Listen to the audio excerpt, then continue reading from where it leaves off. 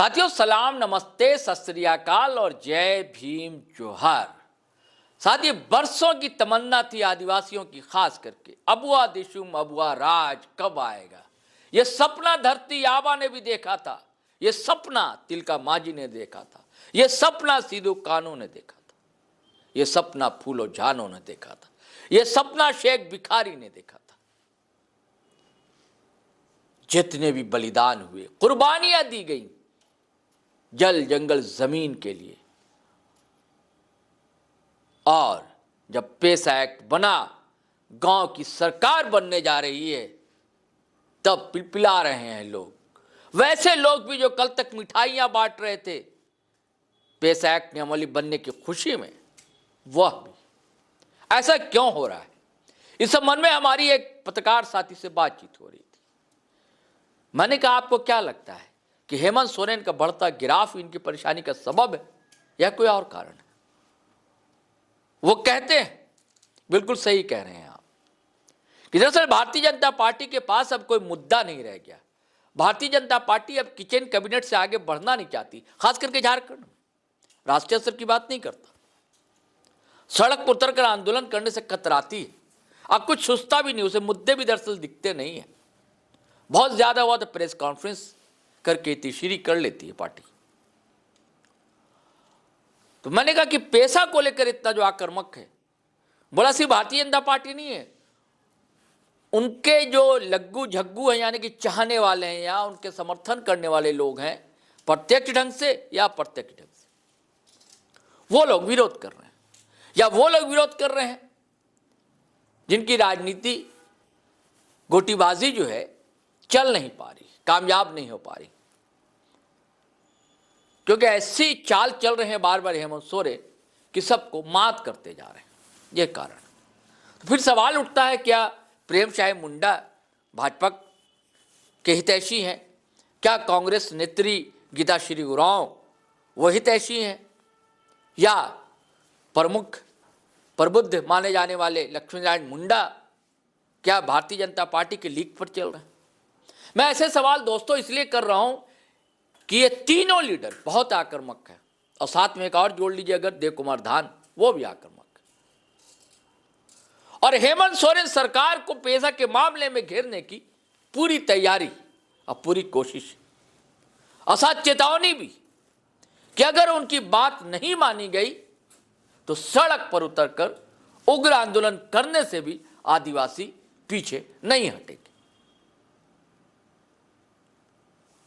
ये कहा है, गीताश्री उरांव का भी ऐसा ही कहना है, लक्ष्मी नारायण मुंडा का भी और प्रेमसाय मुंडा का भी।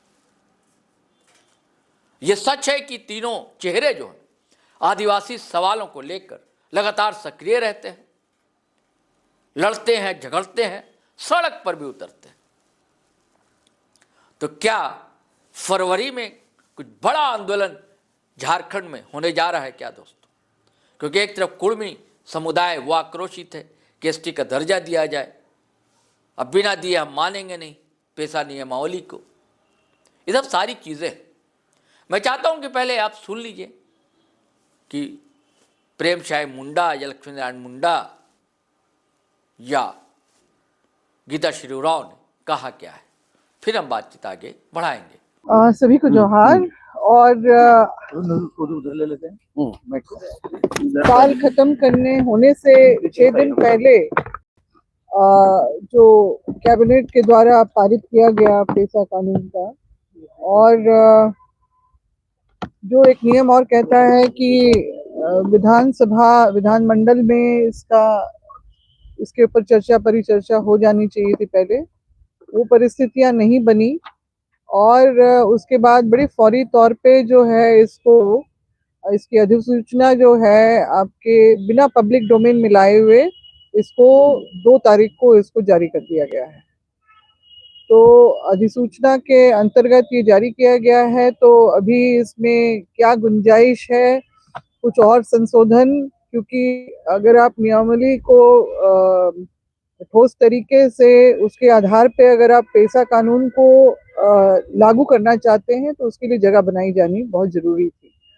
और निश्चित रूप से बहुत सारी चीजों को जो है इसमें जो है अनदेखा भी किया गया है। तो हम लोग का तो जो पिछले बार भी हम लोगों ने इस पे चर्चा की थी कि ग्राम सभा में किन किन चीज़ों का जो है उनकी शक्तियां किस तरह से प्रदत्त हैं, किन किन मामलों में। तो फौरी तौर पे तो जो FRA जो है फॉरेस्ट राइट एक्ट है, और जो पहले से हम लोग जिसका देखते हैं कि उसका परिभाषित किया गया है। इसके अलावा जो पिछली बार भी बात मैंने उठाई थी कि मिनरल जो आपके लघु वन उपज हैं उनका तो उल्लेख किया गया है। और जब हमने इसको नोटिफिकेशन के बाद जब कॉपी हमारे हाथ में आई तो बालू घाट का जो है नियंत्रण वैसे तो ग्राम सभा के हाथ में दिया गया है, मगर जो मेजर है ये तो माइनर मिनरल में आया, मगर जो भले ही उससे भी बहुत ज्यादा हानि हो रही है। ग्राम सभा इसमें किस तरह का जो है नियंत्रण करेगी ये देखना बाकी है।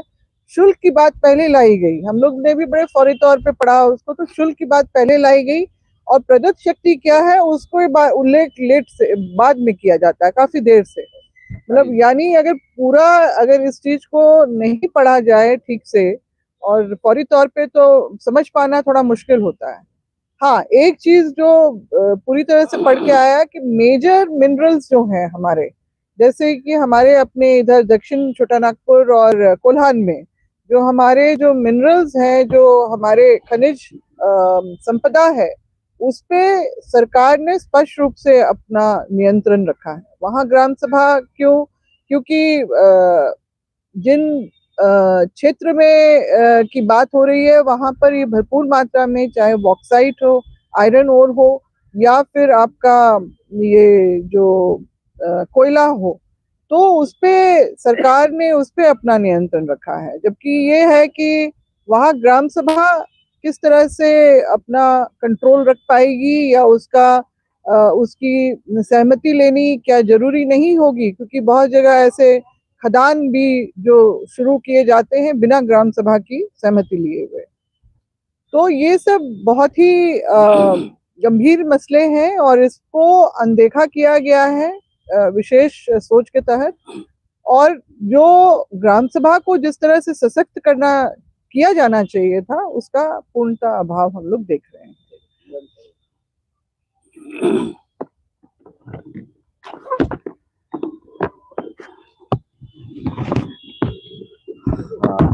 बोले साथियों जोहार। पेशा कानून लागू हुए हमें लगता है कि 30 साल हो रहा है। 1996 में बड़ी जदोजहद के साथ लागू हुआ था भारतीय संसद में, और उसके बाद अनेक लोग संघर्ष किए, हम लोग भी संघर्ष किए। जबकि संविधान में लिखा हुआ है कि 1996 में एक साल में ही स्वतः लागू होने का प्रोविजन है। उसके बाद बार बार अनेक आंदोलन होने के बाद जो हमारे राज्य के जितने भी आदिवासी मुख्यमंत्री थे, बाबूलाल मरांडी, मधु कोड़ा से लेकर के अभी तक जो मुख्यमंत्री है, किसी ने भी लागू करने के लिए संवेदनशीलता नहीं दिखाया था। बल्कि माननीय न्यायालय के निर्देश पर जब उटाजी से मारा गया तब यहाँ की सरकार हरकत में आई और आनन फानन में जो है हमारा पेशा कानून का नियमावली बनाया, और बिल्कुल ही गैर कानूनी तरीके से और बिल्कुल ही एक आदिवासियों को मूर्ख बनाने के लिए यहाँ की सत्ता और नौकरशाहों के मिलने के बाद हम समझते हैं कि एक लॉलीपॉप है। और इसलिए है कि भारतीय संविधान के 243 संविधान के 73वें संशोधन के आधार पर धारा 4G में भाग 9 में करते हुए इसको प्रावधान करनी थी, लेकिन इसका अनुरूप नहीं किया गया। अब तो ऐसा कर रहा है यहाँ की सरकार कि JPRA के अधीन पेशा कानून है, और पेशा केंद्रीय कानून जो पेशा कानून के नियमावली में JPRA नहीं है। बहुत सारी बातों को हम लोगों ने देखा। देखिए, JPRA के बाद जो फर्स्ट पृष्ठ में लिखा हुआ है कि झारखंड पंचायती राज अधिनियम 2001 की धारा 131 की उपधारा 1, ये JPRA का ही है। तो मैं इस सभी बिंदुओं को लेकर के आज हम लोग डिस्कस कर रहे हैं, हमारे साथी लोग, और एक व्यापक आंदोलन हम लोग करेंगे। और इसलिए करेंगे कि एक रूढ़िजन को जो मूल प्रति में लिखा हुआ था उसको जो है संशोधन करके हटा दिया गया। और पहले एक जो हमारे जो बुद्धिजीवी लोग थे जो लिख के दिए थे, एक रेवेन्यू विलेज के रूप में होगा, वही ग्राम प्रधान होगा। और टोला वाइज ग्राम प्रधान है, और टोला वाइज ग्राम प्रधान में कौन ग्राम प्रधान बनेगा, इसका भी संशय में है। और दूसरी बात, सरकार ने ये अपने हितों में करने के लिए, सरकार चलाने के लिए 3 चीजों को अपने पास ज्यादातर रखने का प्रयास किया है। एक जमीन लूट के बारे में, और एक गौण खनिज और भू अर्जन। जमीन के संदर्भ में हम लोगों ने बार बार कहा कि ग्राम सभा को पावर दीजिए, वहां का जो जमीन का रिस्टोरेशन हो, समझौता हो, और अंतिम निर्णय ग्राम सभा में होनी चाहिए। उसके आधार पर ही कहीं भी जाए, डीसी कोर्ट जाए, रेवेन्यू कोर्ट जाए, कमिश्नर कोर्ट जाए, हाई कोर्ट जाए, लेकिन ग्राम सभा के जो बाध्यता है उसको जारी रखते हुए करना चाहिए था। लेकिन देख रहे हैं कि यहाँ पर हमारे डीसी को ही पावर दिया गया है कि आप ग्राम सभा को हटाने का प्रोविजन कर दिए। दूसरी बात ये कहना चाहते हैं, बालूघाट ग्राम सभा को दिया गया है तो बीजेपीआरए का अधीन। ग्राम सभा तो पहले से चलती थी, कोई भी यहाँ के मुख्यमंत्री आएगा, संशोधन कर देगा, हसदेव जी जंगल के जैसा ही घटा देगा। तो ग्राम सभा एक जो है पेशा कानून के मूल रूप से होना चाहिए था, ताकि ताकत हो। और उसमें ये भी दिया गया था, यदि कोई व्यापार करना चाहता हो, आदिवासी समाज के लोग, मूलवासी समाज के लोग, इसके पहले के दस्तावेज में स्पष्ट लिखा हुआ था, यदि ग्राम सभा बालू घाटों को देगी तो वहां की समितियां को देगी, और आदिवासी समिति नहीं चला पाएगा तब मूलवासी चाहे गैर आदिवासी चलाएगा।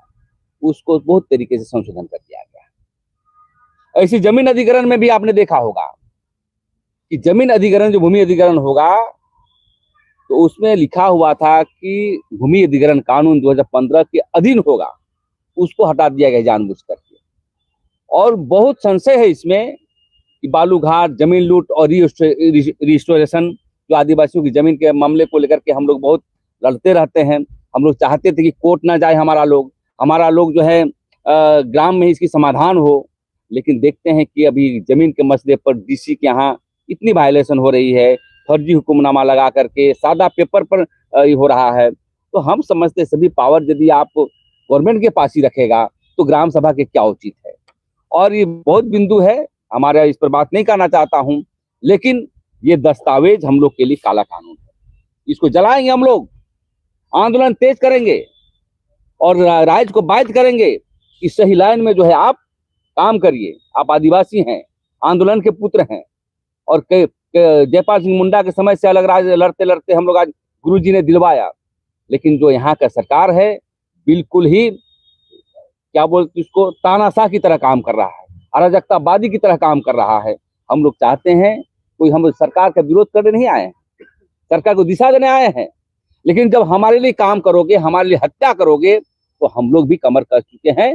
आने वाला समय में व्यापक आंदोलन के रूप में आगे बढ़ेंगे, और जब तक मूल रूप से पेशा कानून लागू नहीं होगा, ग्राम सभा की शक्ति बहाल नहीं होगा, तब तक हम लोग चुप नहीं बैठे। आइए थोड़ा हरकत आइए, टेबल छोटा है, राउंड टेबल कौन? प्लीज सर, आवाज आ जाएगी।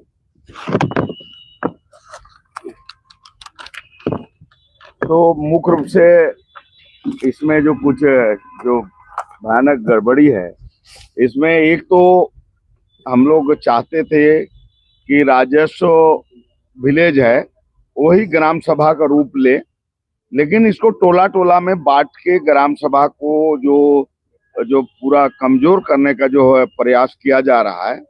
दूसरा जो है, आपको हम लोग का रूढ़िजन विधि, सामाजिक धार्मिक प्रथाओं के अनुरूप समुदाय के संसाधनों का परंपरागत प्रबंधन जो है वो लोग फैसला लेगा, इसको भी लोग हटा दिया है।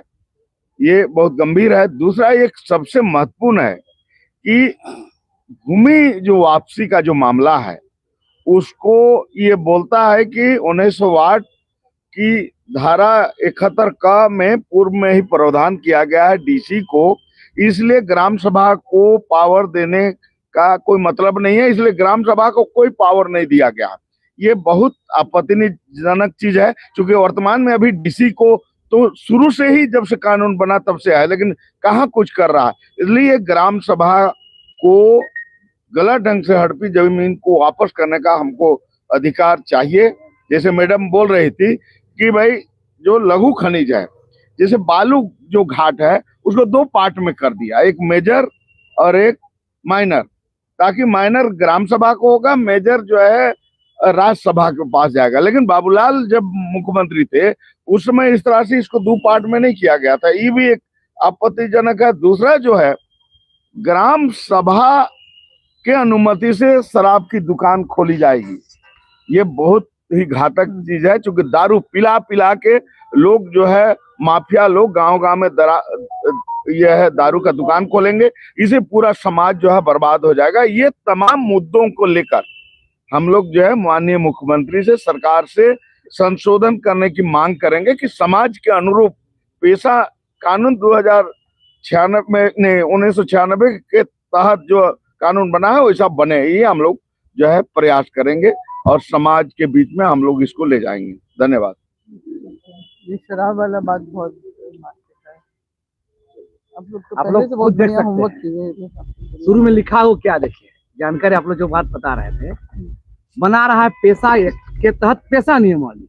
और आप शुरुआत में गजट में देखिएगा, पंचायत उपबंध अनुसूचित क्षेत्र विस्तार अधिनियम 1996 एवं झारखंड पंचायत अधिनियम 2001 की धारा 131, मतलब JPRA 1 की धारा 131(1) के तहत ये नियमावली बनाया गया। माने सेंट्रल कानून को राज्य के लिए नियमावली बनाना है, उसका आधार JPRA 1 धारा 131(1) होगा। मैंने गजब भाई, माने बाप का बेटा करेगा, माने बाप का नियमावली बनाने के लिए बेटा करेगा। माने ये सामान्य समझिए बता रहे हैं आप लोग। फॉरन में देखिए लिखल क्या है, आप यहाँ स्पष्ट लिखल है, एवं झारखंड पंचायत अधिनियम 2001 की धारा 131 धारा 1 के द्वारा प्रदत्त शक्तियां। मैंने JPRA 1 झारखंड पंचायत राज अधिनियम 2001 का धारा 131(1) का हवाला देकर आप इस नियमावली को बना रहे हैं। मैंने ये गजब पे किस कानून बना रहे हैं, जो सेंट्रल कानून एक्ट है 1996 का। मैंने ऊपर है, सुपर पावर को निचला जो राज्य का नियमावली के आधार बनाया जा रहा है। कोई भी अंधा भी देख लेगा। आप उस तरह हम बार बार जो करें, लैंड एक्विजिशन एक्ट, भूमि अधिग्रहण कानून जो देश का सामान्य कानून है, उसमें 70% किसानों की भागीदारी बोलता है ना। और यहाँ क्या लिखा है, ग्राम सभा में 33%, मैंने शेड्यूल स्पेशल कानून बना रहे हैं 5वीं अनुसूचित क्षेत्र में, वहां 33%। क्या बात है भाई, कोई पकड़ा जाएगा। और पूरा पेशा एक्ट धारा 4 का, ये जो मूल रूप से धारा 4 का, चाहे 1 हो, M हो, A हो, N हो, सबको एकदम कैंची कर दिया गया है और पूरा राज्य सरकार का सिस्टम के अधीन को रखा गया, जबकि राज्य सरकार का सिस्टम अधीन नहीं है। 5वीं अनुसूची में शेड्यूल एरिया में आपको ग्राम सभा है, और 5वीं अनुसूचित क्षेत्र में ग्राम सभा है, 6वीं अनुसूचित क्षेत्र में डिस्ट्रिक्ट काउंसिल है। सीधा तो वहाँ डिस्ट्रिक्ट काउंसिल में पास पावर रहेगा या ग्राम सभा के पास पावर रहेगा? ग्राम सभा का मतलब रह जाएगा।